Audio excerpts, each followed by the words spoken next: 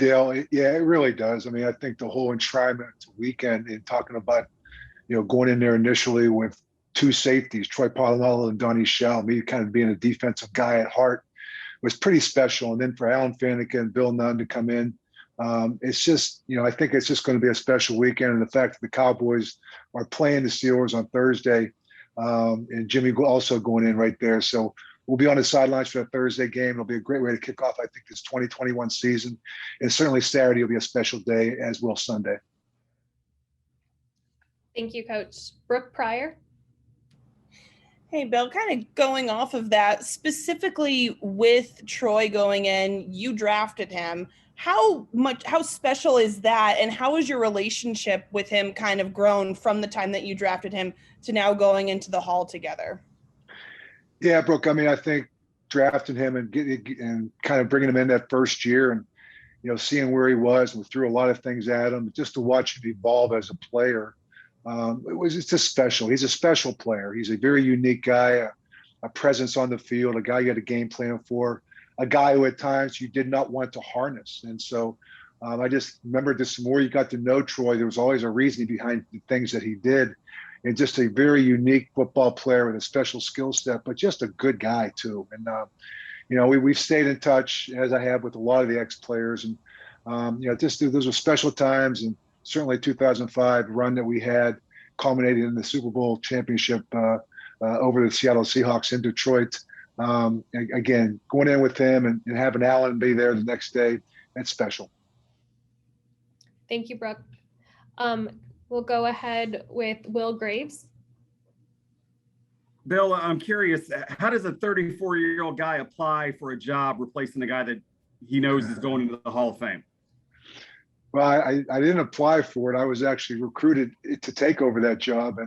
And, you follow a guy like Chuck Noll, I don't even think there's any pressure, because you're not going to even come close to doing what he did in terms of what his run that he had in the 70s and, what he did for the city of Pittsburgh and rejuvenating that whole city. And, so really for me, it was just coming in there to understand what the dynamics were in the building. A lot of things that we saw, you heard about, it was a mystique of the Pittsburgh Steelers. And I just remember each year as I got in there, I was just trying to understand what the culture was like, what the dynamics were like, and we're trying to work within that. And certainly I was blessed to have a guy like Dan Rooney and the whole Rooney family, to be honest with you. And to come there at 34 years old, and I said this before, I didn't know I left there. I was a better coach when I got there.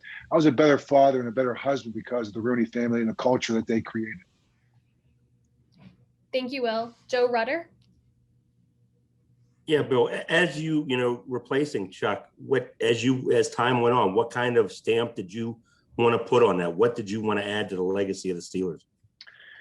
I just think the consistency. I mean, I think when you looked at growing up there 4 miles from Three River Stadium and now Heinz Field, I came back there. I mean, I knew what the culture of the fans were, the fan base was.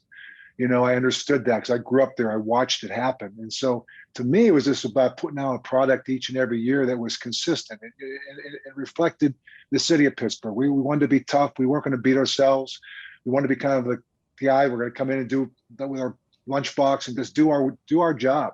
And at the same time, know that we represent a city and there was an obligation that was a platform that we accepted. And so, it wasn't so much about building on anything. It was, to me, is about what we represented. And we represented a family that had the perfect culture, and you had the perfect values, core values. And so our football team also represented that. Like I said, we were going to be tough. We're not going to beat ourselves. We're going to come to work and just with our lunch pail every day and find a way to get it done.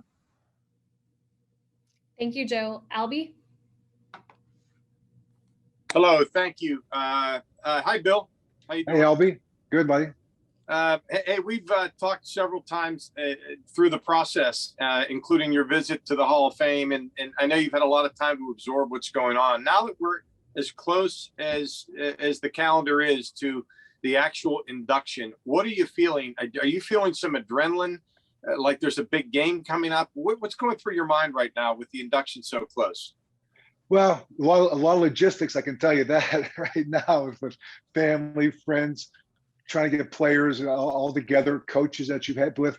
You just realize when you go through this, Albie, it's like all the people that were a part of the process that allowed you to have that success. And for me to be able to be enshrined, it was more of the cultivation of a lot of work from a lot of people and support staff and players and coaches, family and friends that were there along the way. So I think as we get closer and all these things start to fall in place, I really just want to enjoy it. I really just want to soak it up, have a chance to spend time with some of the guys I've not seen, players, some of the coaches I've not seen.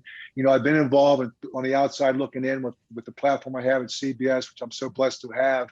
My CBS family will be there as well. So it's just a lot of people coming together. And I really do just want to enjoy the time when I get there on Thursday till the time that we leave, you know, after Alan gets inducted on Sunday. That it's going to be special. It's going to be a special weekend, and I wanted to take the whole thing in. Thank you. Thanks, Albie. Raphael Haynes. Hey, Coach, congrats on getting or your future induction in the Hall of Fame. And wanted to tell you, before I came a journalist, of course, teenager, big fan, favorite coach of all time. Just wanted to let you know that. Oh, thank you. That means a lot. Talking to you. So Thank you. I wanted to ask you, coming in '92, as we mentioned, you took over for good coach, the man, and Yeah. you brought this new style of coaching, you know, this fire, real close to the players, and then young. Do you ever think about how much you inspired other young coaches to get involved and actually other teams to start looking for younger coaches? You know, it's interesting. I think, you know, I was very blessed because I had one mentor from a coaching perspective, and that was Marty Schottenheimer. You know, he actually talked me out of playing, and I just went right from playing in 1984. I was a special teams captain of the Philadelphia Eagles. I came back to the Cleveland Browns, and I became a special teams coach. And I was coaching guys that I played with in the 3 previous years, or 2 years before that. And so I just feel like it was a very natural progression for me. And I played the game with a certain passion, of a certain attitude, so to speak. And I loved it. And I loved to compete.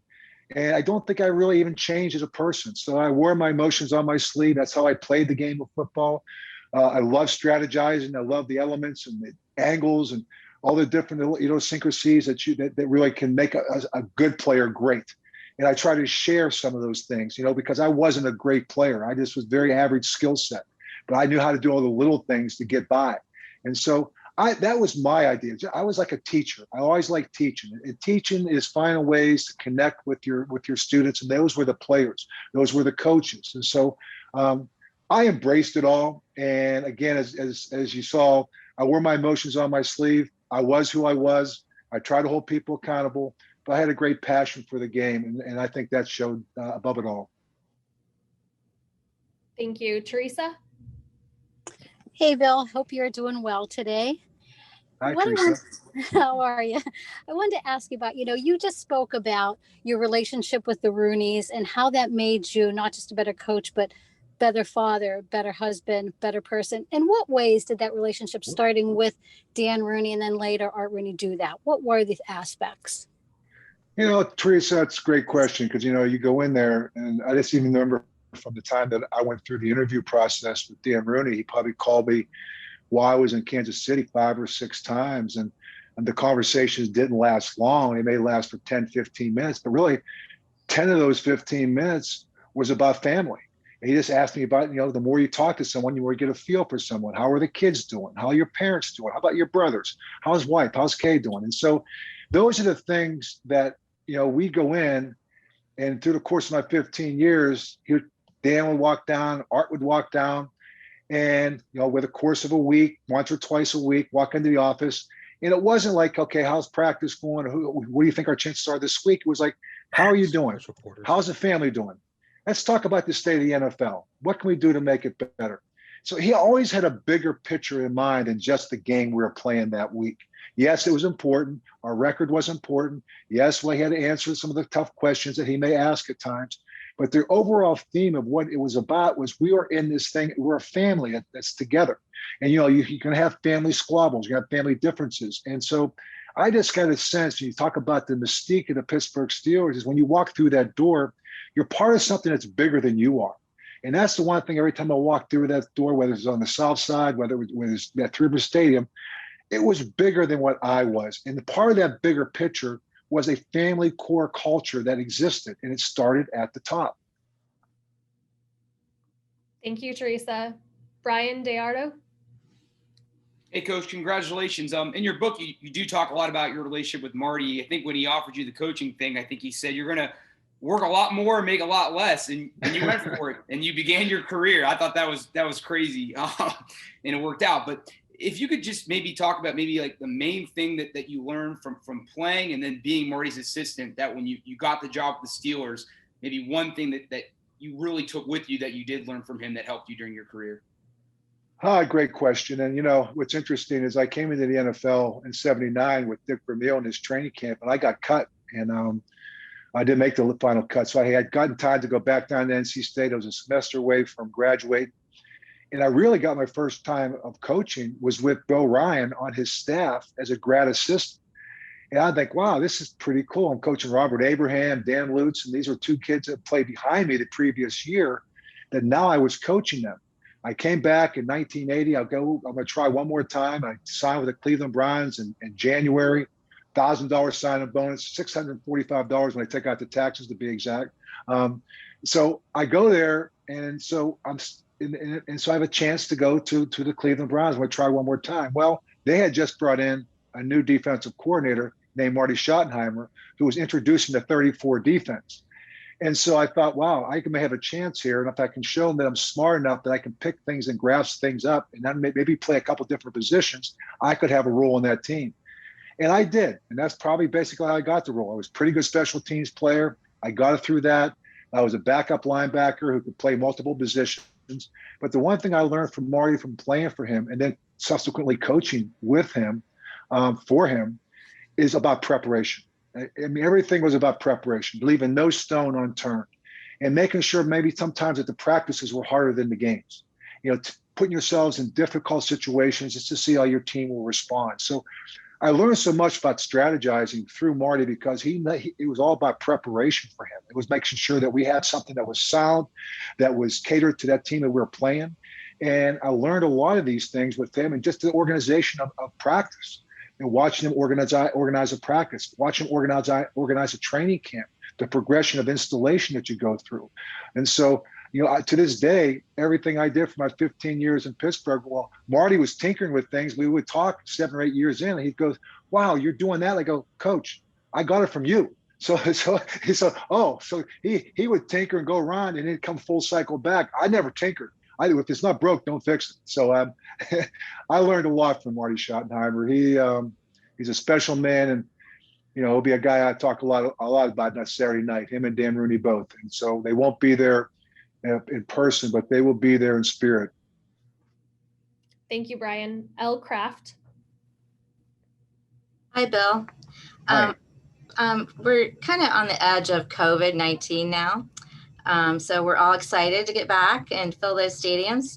So what do you think the NFL could do to encourage the fans to get vaccinated? Because, this variant that's out there is kind of scaring everybody. So. Yeah, and I just think the more, I'm sure there'll be plenty of programs, and again, it's all an individual choice. I understand that, but I just think with all the knowledge that we have right now, not to get vaccinated is the unknown that you don't have. I think the fact of getting vaccinated, I get the flu shot every year, so hopefully we can keep talking about it the same way. Is we have science, listen to science. That's the best defense you have. We talk about defense in the game of football. We talk about taking metrics and talk about analytics. Well, science has proven that what they have right now, that getting vaccinated will eliminate a large chance of you having a serious illness or even spreading something. So I hope the message will never get lost. I think repeated messaging is big.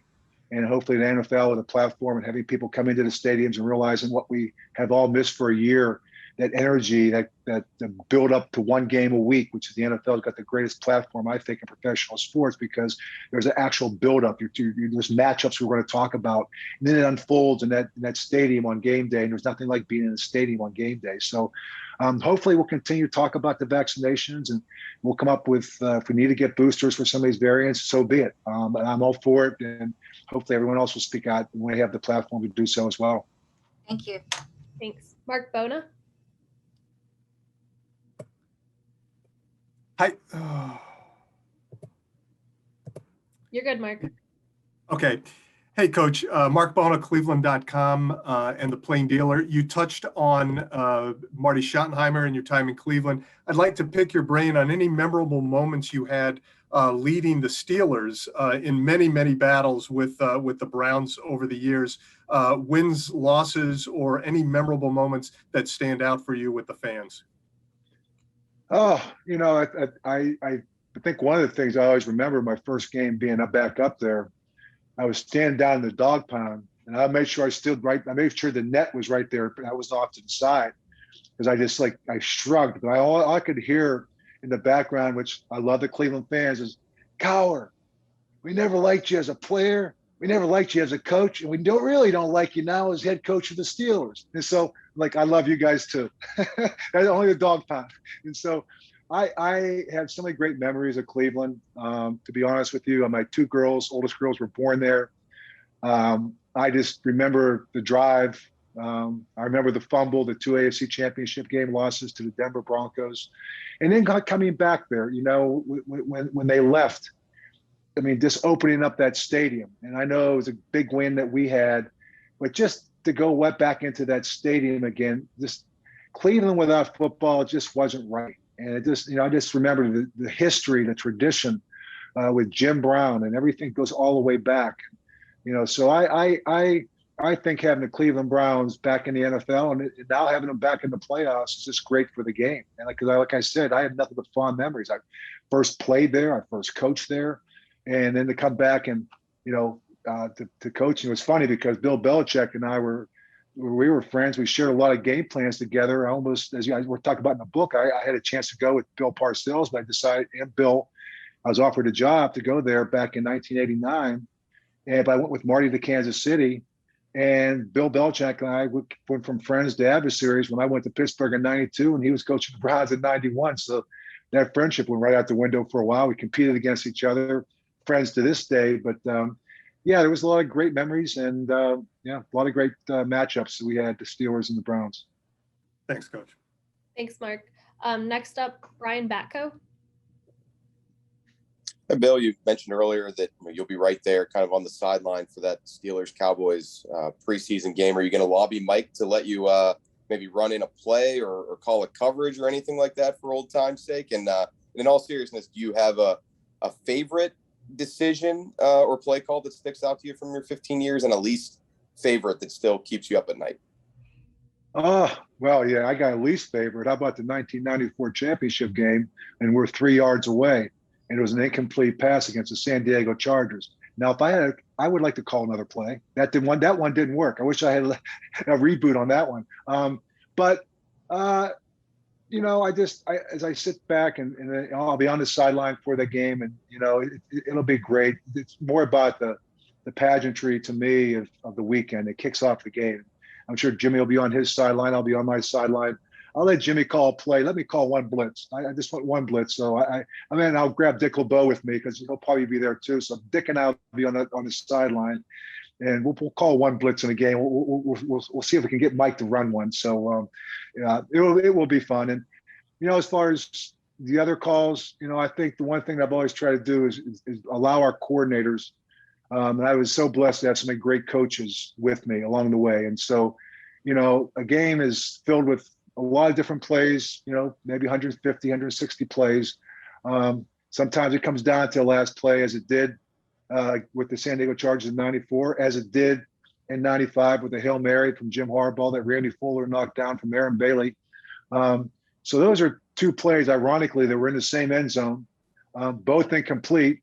One was good because we were on defense. Another one was bad because we were on offense. So I think it's probably 2 plays right there. I can just think about it. It comes off the memory of me that I think, again, the last play of the game. Thanks, Brian. We have time for a few more questions. Paul Gant. Bill, congrats on making the Hall of Fame, sir. Thanks, Paul. I got a question for you. Do you ever get the itch to return to the sidelines? And if you have, how close were you to returning to the sideline? Well, I missed that part of it. I always miss strategizing. I miss the camaraderie that you have with the players, the coaches. I love the build up to a game.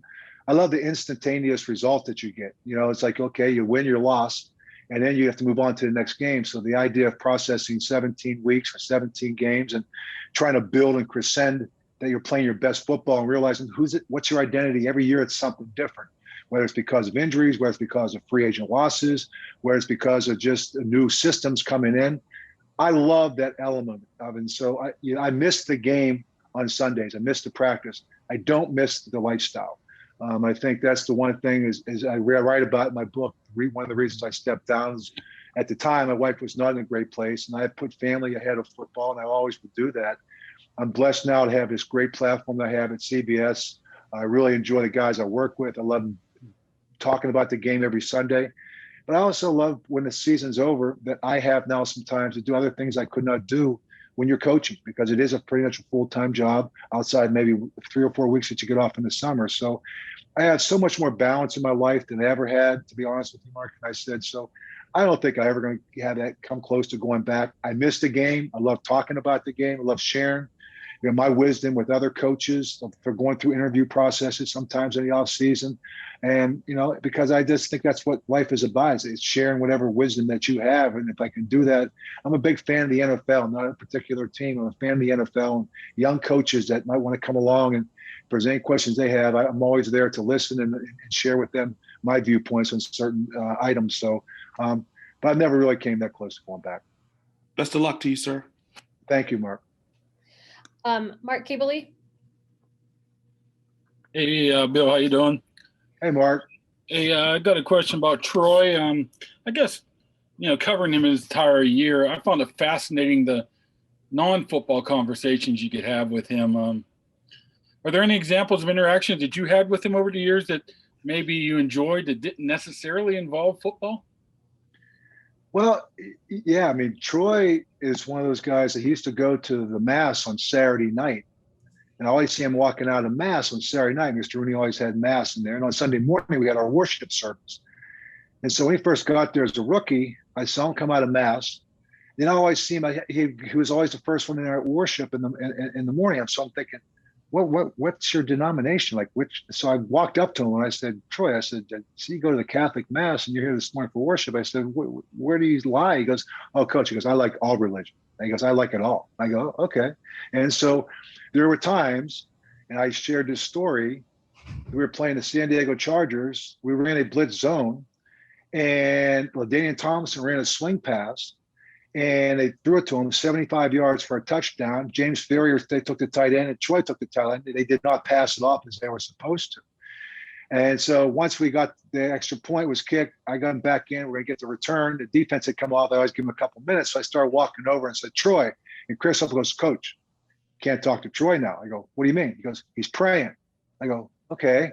I said, I'll wait. He goes, it's going to be a while. I go, well, I got to talk to him about that last defense. I go, it's real quick. He goes, sorry, Coach, I'll come and get you when he's done. I go, okay. Well, can you come and get me pretty quickly? So in case we have to go back out, we don't screw up another defense. I got it. Well, Troy will tell you the story later on. He had his head down. He went over to Chris and he said, did he leave yet? Did he leave? And Chris goes, yeah, he's gone. So he did not want to talk about the thing. And he always used that he was always praying. And I said, okay, fine. Okay, so I love Troy Polamalu because a lot of my whole thing was I wasn't going to yell at him. If Troy screwed something up, I want to make sure we can correct it because it's something maybe we did wrong as coaches. So we just had to talk through it because Troy, when he's on the field, you did not want to harness him. You let him play. And if he got uncomfortable, then that made me uncomfortable. So we gave him a lot of leeway. And I'll tell you what, that's why he's going to the Hall of Fame because he's a very special player, a very special, special person. Thanks, Mark. One last question, Nate Davis. Hey, Coach, congratulations. I know this is mostly, of course, you're going in for your accomplishments on the sideline, but you touched on your years now as an analyst. Could you just kind of reflect on what Ben Roethlisberger meant to you? Obviously, he coincided with you getting your ring, and now as he's winding it down, we're all maybe prevailing sense of doom and gloom there in Pittsburgh this year. Just kind of your thoughts on Ben and maybe where this is all going. Yeah, I mean, listen, when Ben came in there, we picked him with the 12th pick. You know, my idea with Ben was, okay, you know, Philip Rivers probably could start from day one. Eli Manning, day one. They came from big-time programs, their pedigrees. Ben, okay, came from the MAC, which you watched him play, but I figured this is a great situation. We got Tommy Maddox to start. We can bridge the gap here. And then we also have Charlie Batch to back up so he could be a third quarterback. And as it unfolds, Charlie Batch gets hurt in the third preseason game. Won't be ready till the fourth game of the season. Okay, that's fine. We'll have a little package for him, you know, do some of the 1 minute stuff and a little package for Ben until Charlie gets back and Tommy will be the starter. Tommy goes down in week 2. And all of a sudden, ahead of Eli, ahead of Philip Rivers, the guy who was supposed to, I thought, sit for a while was now starting. And I guess he proceeded to win his first 15 games. And we gave to him, pared it back. And the more you just want to give him and make sure that he was able to get this in and out of others, manage the game. He went from managing the game to winning games. And I was just amazed at not just his athleticism and how his size, but his feel for the game. He could see the field better than anybody. He got comfortable outside the pocket. He was athletic. He could see the field, not afraid to make throws. It was never too big for him. And I think what you've seen him do through a period of time and consistently year in, year out, he is a great competitor. I mean, I'm sure he's just thriving right now on the fact that everyone thinks that he's done. The Steelers are done. I used to always say to people, I said, the greatest thing in sports is to do something nobody thinks you can do. It's one of the greatest accomplishments. And I think right